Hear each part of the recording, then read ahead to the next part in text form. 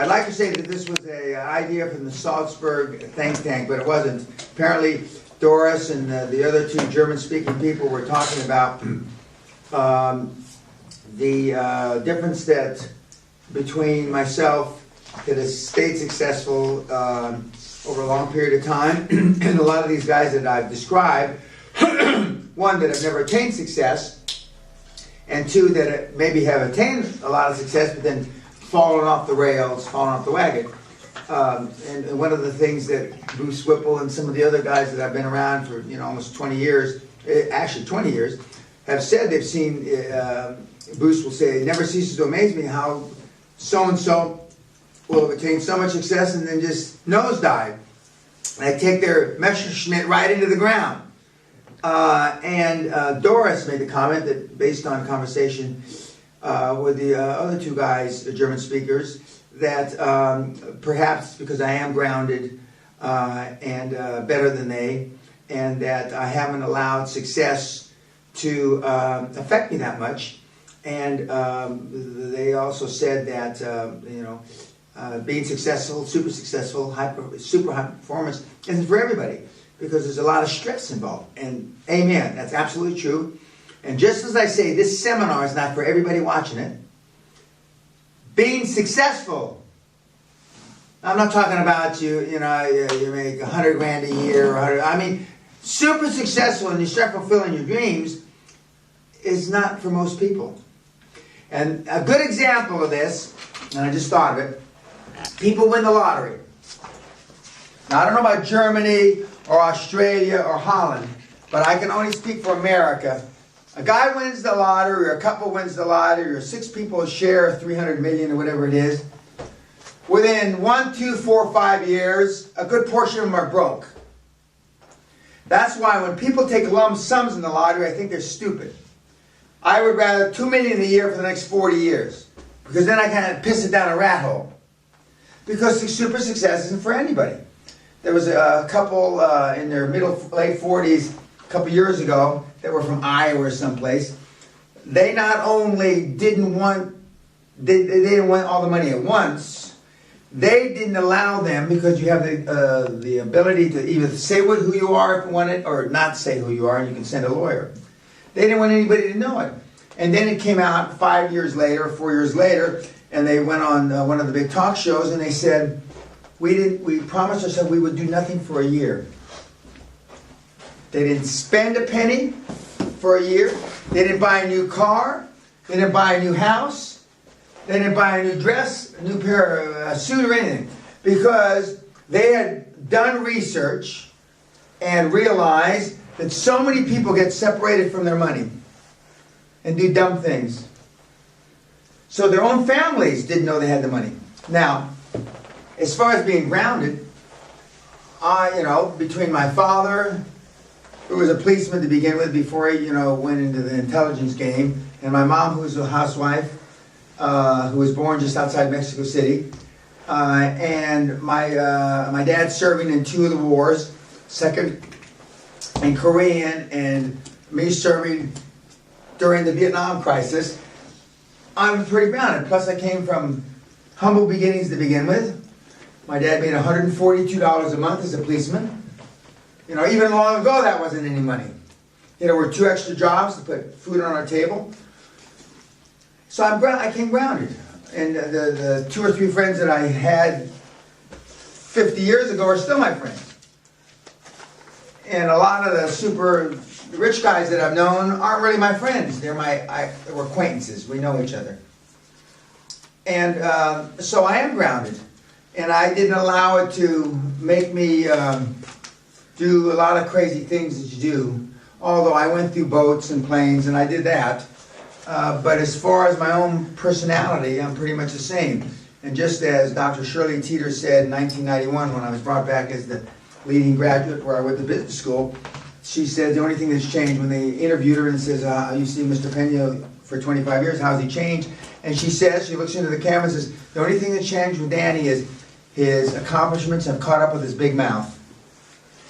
Period. He's still the same guy. Now, you can imagine as a graduate assistant, I'm teaching graduate students back then. I was only 3 or 4 years older then. And I'm talking to the kids exactly the way I'm talking to you, exactly the way I talk into YouTube. And I was only 25, 26 years old. So I've been like this a long, long time. And now I just turned 68. And one of the things that at lunch came out, and we filmed lunch, we're going to see how much we're going to have to edit out of the lunch. Because I told about a couple of real life things that happened at lunch back in the 90s. Short of murder, we've seen everything happen at this seminar. And I fully expect if I give this seminar another 20 years, we're going to see murder. We will see murder. Okay. But Mr. Think Tank made the comment that one of the reasons I'm so rough on YouTube is because I don't want you to come to the fucking seminar. Which is true, I don't. I only want you to come to the seminar if you're willing to put up with the pain. Because then I know at least I got a 50-50 chance of making you successful. Otherwise, you're fucked. You're wasting your money. You might as well burn it in your fucking fireplace. Or better yet, give it to me and I'll give it to some of the charities that I'm dealing with. You know, Prevention of the Cruelty to Animals, Mother Teresa's orphanages I support, and a bunch of the nuns. Okay. Because I realize there's a high failure rate unless you're absolutely focused. And most people aren't focused, and that's why you buy the stuff from the guys that tell you it's easy. And Doris, the chocolate maker here, when she said I asked her to go through the process of elimination, how she decided to come here. How long has she known about me? About a couple months. Right? 2 months, okay. And that's faster than most people make the decision. And for a Germanic, that's lightning fucking speed. I mean, that's lightning speed because most people have got to do more spreadsheets than that. Isn't that right, Herr Professor? Anyway, but she said that then at the very end, just before, she got head doubts, which we all have, right? Right, okay. She's shaking her head, yes. She had doubts, and then she decided not to look up any more about me because she had gone through her pros and cons and her lists and yes and no lists, but she didn't want it to do any more research. She didn't read the book, and she didn't do this, and she didn't do that, because she had made up her mind, because her gut instinct was from the beginning that it was a good thing for her. She did her gut check, and so she didn't want to talk herself out of it. She didn't want to talk herself out of it. And that's good. But what I'm doing here is against my, it's cross purposes for me. Whereas the other guys, success coaches, would do just the opposite. They sell hard. That this is the greatest thing since sliced bread. This is the greatest thing since the multiple orgasm. This is this. And it is, if you put it into, you implement it and you execute it, it will change your life. But you got to be willing to pay the price to action to get it done. But no matter who comes here, they're better off for not if they came as opposed to not coming, because even if they don't swallow the whole methodology, they're going to increase their lifestyle. They're going to increase their ability to provide for their kids, their family, etc., their parents, whoever that is, and they'll be able to fulfill their dreams. So you're right. I don't make it easy. I don't make it easy. And I'm not, some people say I'm even getting harder in the YouTube part than I used to be.